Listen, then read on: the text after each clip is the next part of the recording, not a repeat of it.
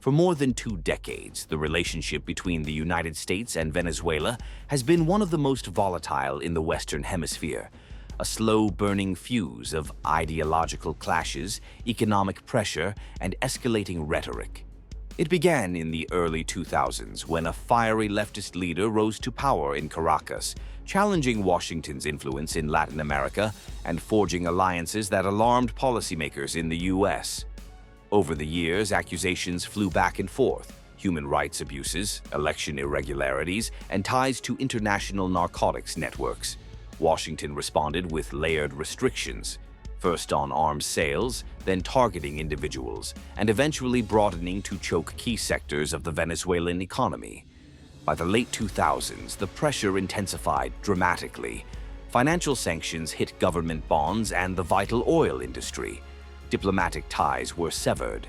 A bounty was placed on the head of Venezuela's leadership, rising to unprecedented levels. The rhetoric grew sharper.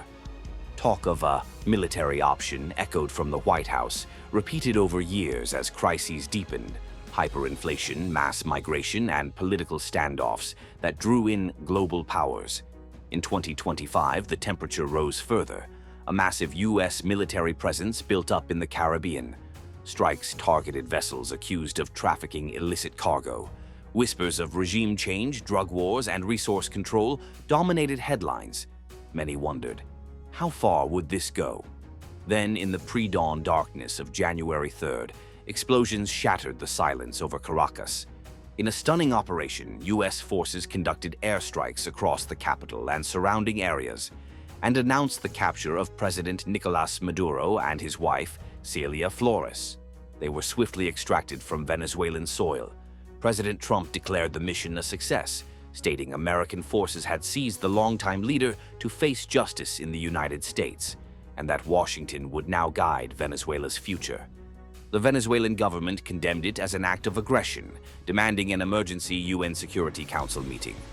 Now it is for the U.S. court to decide Maduro's fate.